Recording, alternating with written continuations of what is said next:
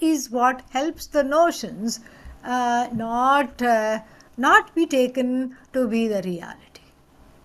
That is what the teacher, because that is the teaching. And how does the teacher help? The teacher helps because the teacher recalls what it was like for him or her to have undergone and overcome this particular difficulty that the student is having. So when the teaching says, in the Upanishad there is an expression, Adhihi Bhagavo Brahma. Adhihi means, please teach me the Upanishad. Please teach me about Brahman. But then the real meaning of the word Adhihi is Madartham Smara. Recall for me how it was for you when you went to your teacher and you had all these problems. That is what is Shrotriya. That is the meaning of the word Shrotriya, the one who also took the notions to be an ocean, but the one who has able to delineate the notions, observe the notion, drop the notions, and understand the reality. Otherwise, those notions become a parallel reality. So there is Ishvara Srishti, Ishvara's projected universe. It is how it is. It is whatever it is. And this is how it is. And it is an objective universe that is just manifest. Ishvara Srishti, Ishvara's world. And not to be outdone, what does the Jiva do? The Jiva projects its own world. I also know how to project. I'm also going to project my own world.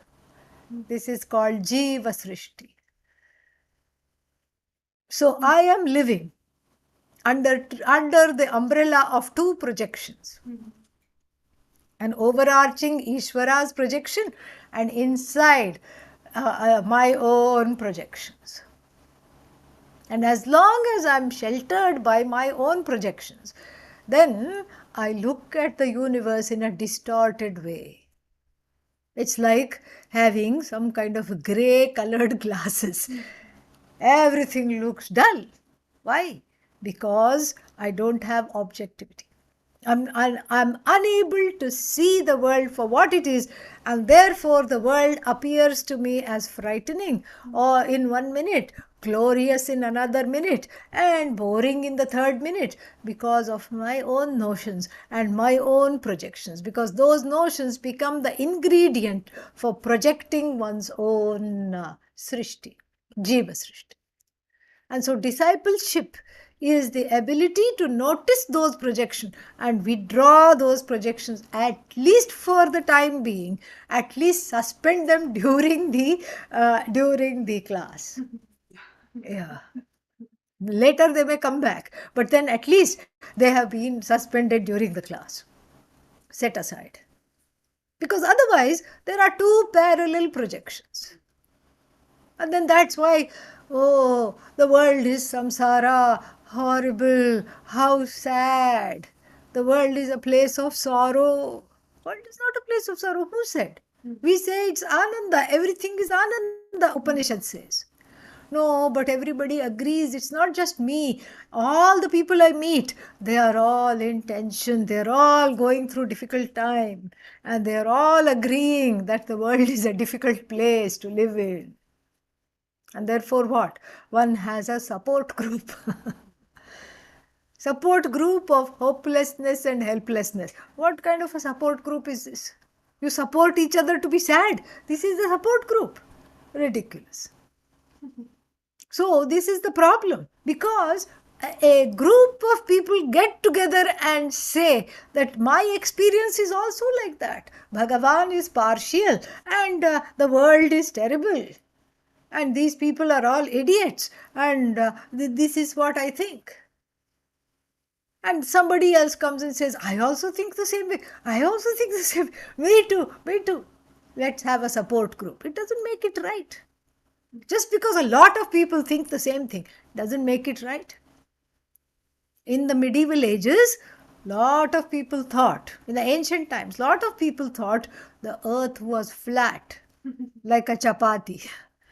They were afraid to go anywhere because they didn't know whether they were in the center of the chapati or they were on the side of the chapati. They didn't know. So if you go a few steps, you may fall off. And that's the end of you. So they were afraid to travel. Then first Ptolemy came. He was the first one. Astronomer, Ptolemy. Ptolemy came and said 6th, 7th century. He said, no, the earth is round. His studies showed that the earth is round, but that is not, ran contrary to the social beliefs and the cultural beliefs and the religious beliefs of the time. So what did they do? They tied him to a post and burnt him. This is what he was regarded as a renegade. But still, even though he gave up his life, it didn't make them right. Then it took several more centuries until Galileo came, and then the humanity was finally ready to entertain the thought that the world is not flat like a chapati, that the planet is round, earth is round. So, just because a majority of people believe something, it does not make it right. Does not make it right.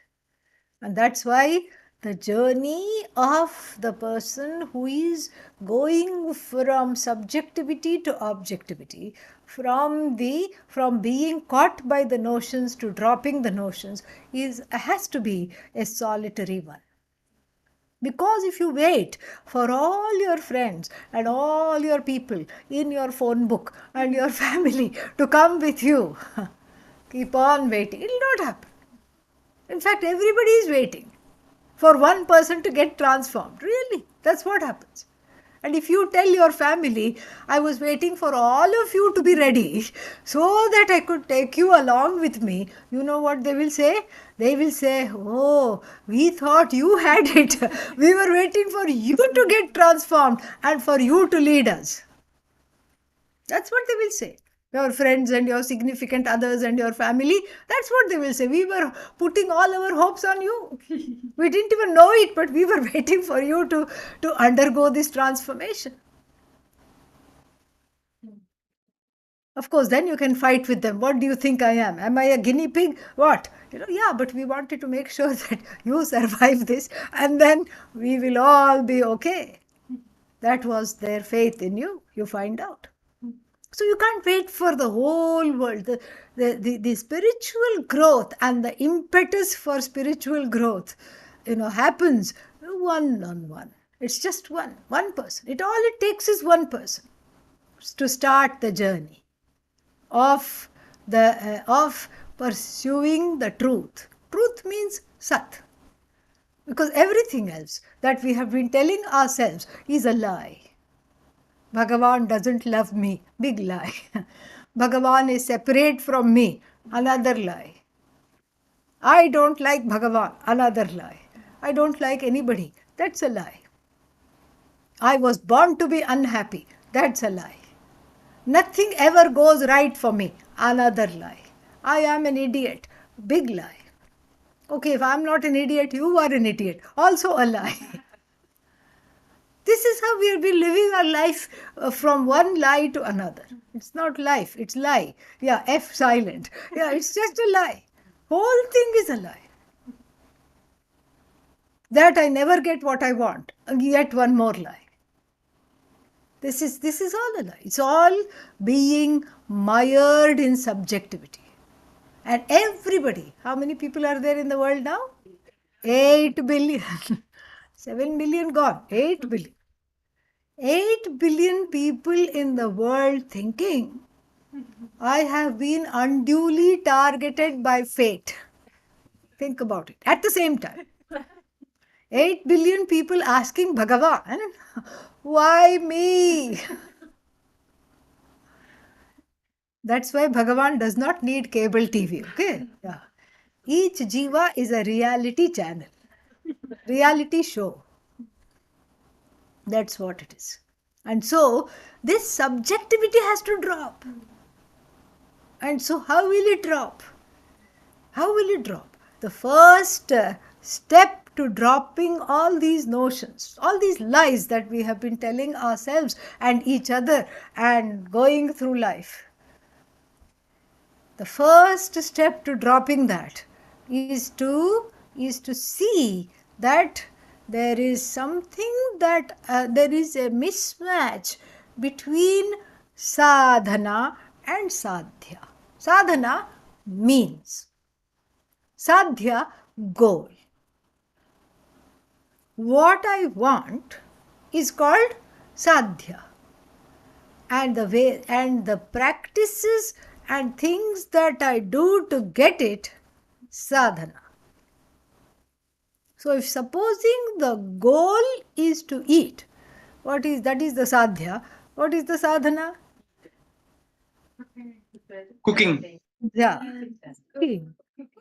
And everything that involves in the cooking, going, shopping, gathering the ingredients, deciding what to make, all that is there. These are all the sadhanas. Then actual cooking, and then making it ready, and then you are ready to eat, correct?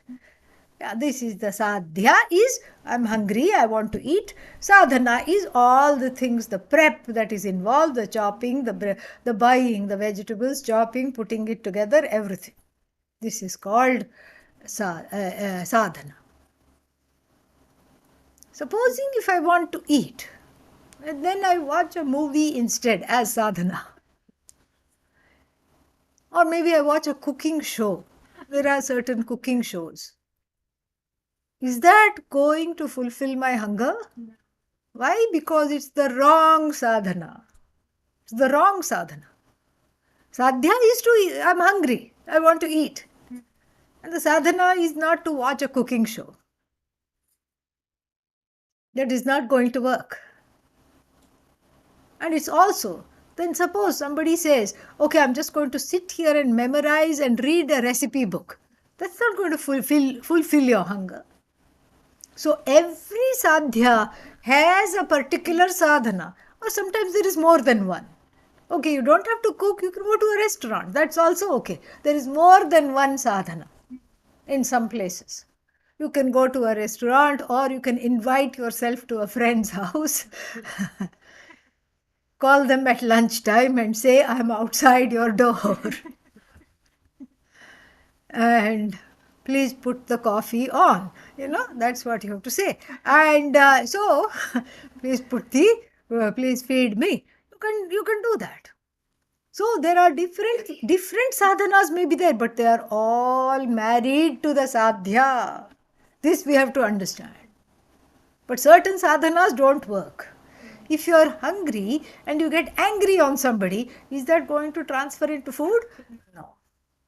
That just means you are hangry now. You are hungry as well as angry. So, every sadhya, every goal has a particular means that is connected to it. It can be more than one. It's the only one. This also we have to be ready for. Sometimes it's the only goal. It's not many goals. I'm sorry, it's the only means, not many means.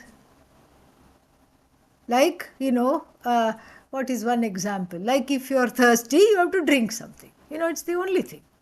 And so sometimes the options are there. Sometimes, thirsty means you have to drink water. Nothing else quenches the thirst like water.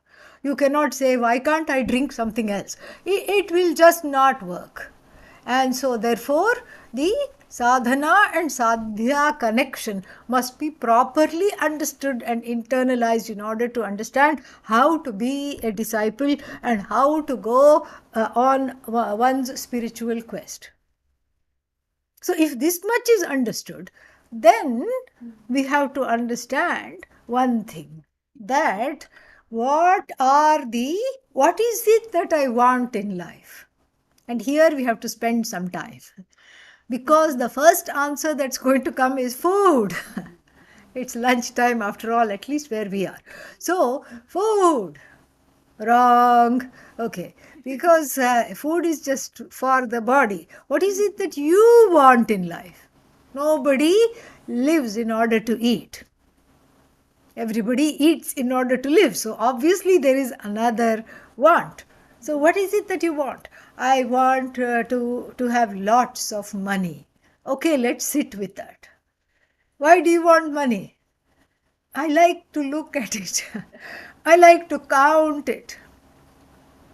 I like to have it in the bank. Actually, nobody sees money. You work and it goes straight to the bank, so they say, and you get a little notice that says it has gone to the bank. And again, you look at the bank, you just look at some numbers. You're not really looking at money. And the numbers either give you a sense of happiness in the time being, thank God, or they give you a sense of alarm, oh no, have to tighten the spending, whatever it is, you decide.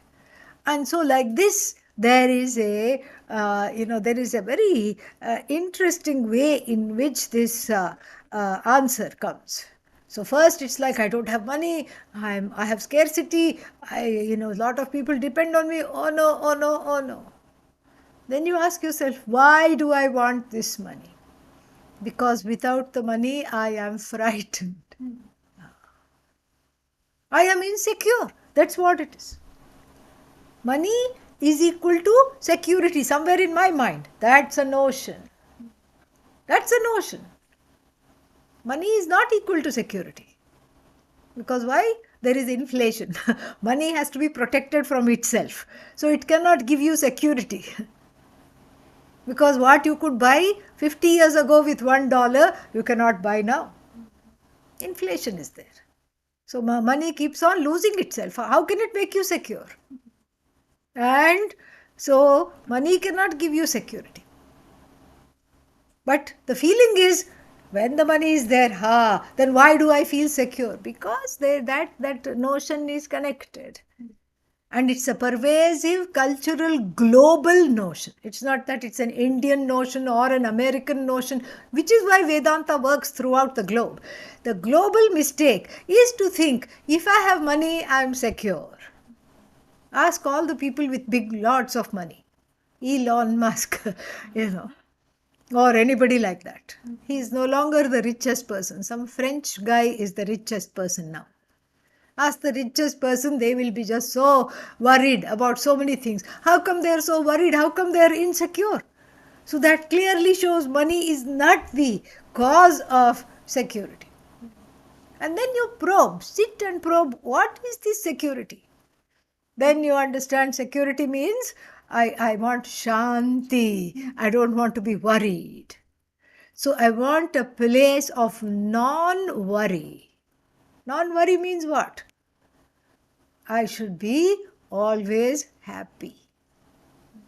Abba, finally, after so much viveka, after so much enquiry, self-enquiry, I have come to the conclusion that what I want is happiness. When do you want happiness? Now. Now I want happiness. What do you want? Happiness. When do I want it? Yesterday. Right now I want happiness. Urgently I want happiness.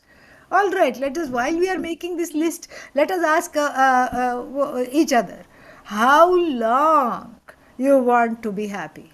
How long you want to be happy? All the time. Nobody says, hey Bhagavan, oh Lord, hey Bhagavan, make me happy for 5 minutes, please. Nobody says that. One is greedy. One wants to be happy all the time. All the time one wants to be happy. Not for 5 minutes, not for 10 minutes, not for one day. Forever. Then finally one understands, behind the wants of all the things, job, money, etc., is the need for security. Behind the need for security is the wanting to be happy, to be peaceful. Behind the need to be peaceful and not in a place of conflict is the need to be happy. And behind the want to be happy is what? Is the understanding that this happiness is me alone. Why? Because whatever I can manufacture, what are the things I can manufacture? Happiness. How can I manufacture happiness?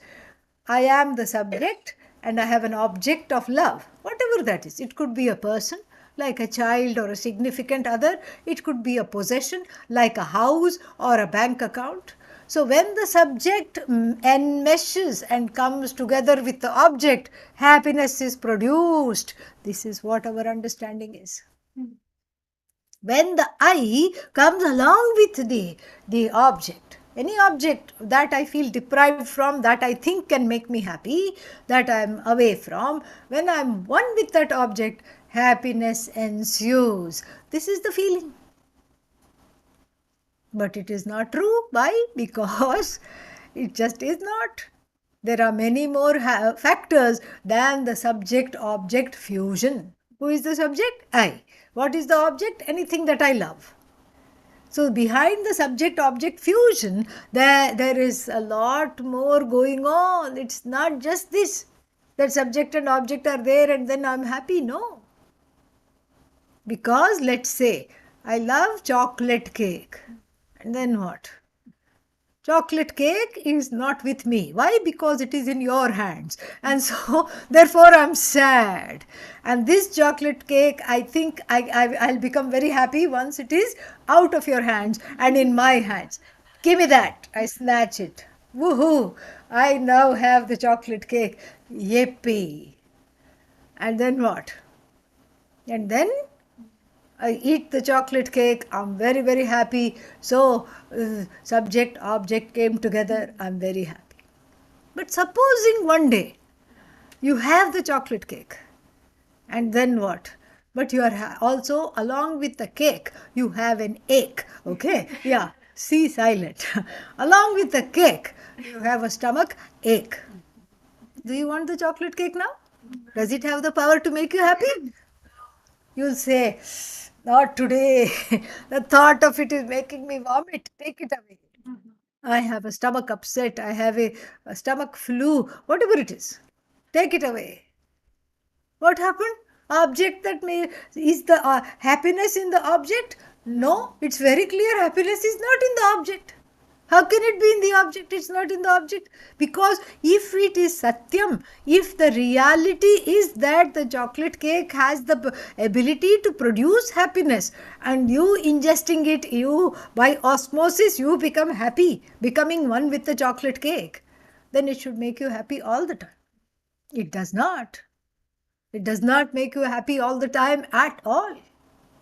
Then let's say the stomach is working fine and you are hungry also. And then you are presented with a chocolate cake, but you have had a fight with a significant other. Then also the mood is off. I don't want to eat it. Not right now. Not right now. I don't want it at all. So you see, for that happiness to come together, the subject has to be in a good mood. The emotional and physical state of the I should be okay. And then the object should be available. And the fusion should take place. Such a long thing. So actually it is not true that the chocolate cake produces happiness, and you can replace chocolate cake with significant other, you can replace chocolate cake with music, you can replace it with money, you can replace it with anything, house, etc., bank account, all those things you can replace. Same thing, same story. So there is a mismatch of the means and the ends. The means that I am deploying in order to produce this happiness doesn't seem to be working. Because after all this hard work, I do produce a little bit of happiness. Gaya, gone. Yeah, gone. In 1 second, gone. Again, one is happiness. One has hunger for happiness. This becomes the whole life gone. Then another, better luck next time. Another life. Same thing. Same exact thing. Same exact thing. And so obviously there is a mismatch between sadhana, the means that I am deploying in order to get this elusive thing called happiness forever to be mine, and then sadhya. This is the problem. The means and the goal are mismatched. It's like a person who gets on a plane and then gets off. About to get off, then the plane lands and they say, "Welcome to San Francisco." And the person says, "Ayyo, I wanted to go to New York. How come I'm in San Francisco?" This sometimes happens, in these small planes. Eugene to Portland, or better the other way around. Portland to Eugene. What is that? 15-minute flight. And then, but then there will be also some other small flights. Portland to Spokane, Portland to here, Portland to Seattle. All are small flights. And they're all just standing there. And it's just a so-called gate. It's not really a gate. You just go. And then thankfully somebody is there to guide you. Okay, you go through this doorway, that is your flight. And always in these small flights, this flight is going to go to Eugene. If you're not headed for Eugene, please get off. And 2-3 people get off. Off. Then what happens? You are in the wrong place. Okay, one time, ठीक है, गलती हो गई, mistake. But then you do it again. And the fellow does, let's imagine a person who is doing the same thing all over again. Getting on a flight bound for San Francisco and wishing they were in New York. How is this possible? How is this possible? This, in short, is everybody's life before Vedanta.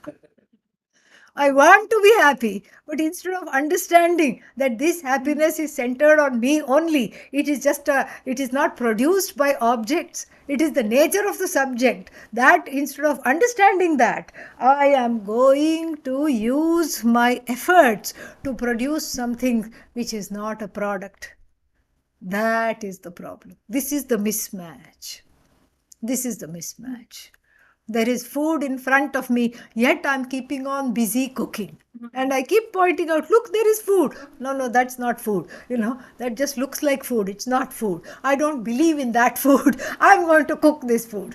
This is a waste of life. Whole huge waste of time. Absolute waste of time. So first step is to say that my head is filled with nonsensical notions and to be able to smile while saying that, okay? To not take it seriously because everybody's head is filled with nonsensical notions, starting with I am an idiot, okay? Then the second step is to see that there is a mismatch between what I really, really want and how I'm going about it. That's why the Mundakopanishad, gives a very nice imagery. If your head is on fire, what do you want? You want a body of water to go shh and put your head in that, to immerse your head. If your hair is on fire, you just want the nearest talab. Talab means lake. Nearest pond, lake, to dunk your head. Correct? But then as somebody shows you, there is the pond, go there. Do you stop on the way you meet Starbucks? Do you stop for coffee on the way? No time. The urgency is there to discover this. And that is exactly what it takes. And what is it? What is this understanding? What is this viveka? What is this self-enquiry? The self-enquiry is to understand happiness is not a product. It is me.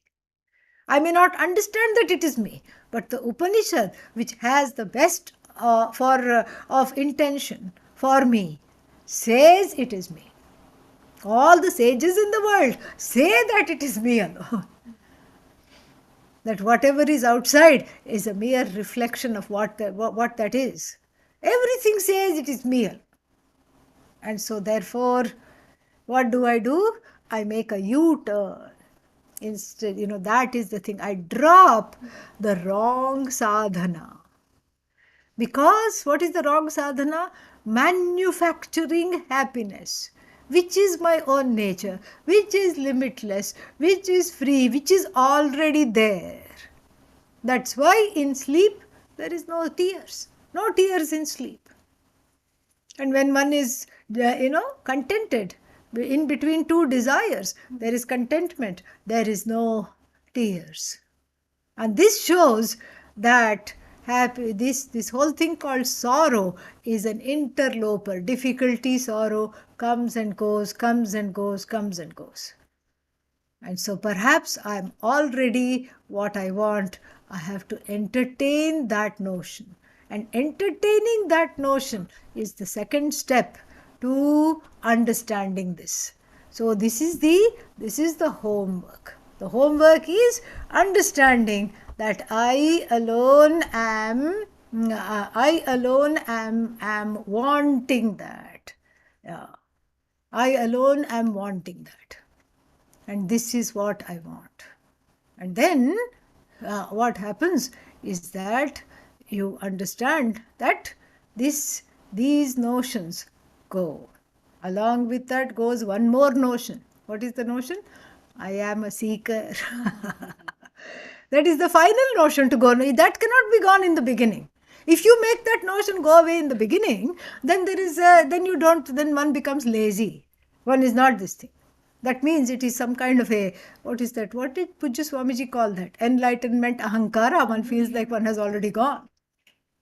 So here one takes the steps that are needed. First, I don't know. That means what? I'm a seeker. So I have to learn to seek correctly. And then later on, once I learn to seek correctly, then you know what happens? Then I am led to dropping or at least suspending the notions. I'm led to the teacher, and then after that I'm led to the teachings, and the power of the teaching is such that it puts an end to the quest, and in putting an end to the quest, it puts an end to the final notion, I am a seeker. Because the seeker is the same as the sought. But one has to follow the steps. And in following the steps, there is great growth and wonderful transformation. More we'll see next time. The first weekend in January, okay? Yeah. No, sorry. Last weekend in January. Yeah, 28, 29. Yeah. First weekend in January is now. Last weekend. Yeah.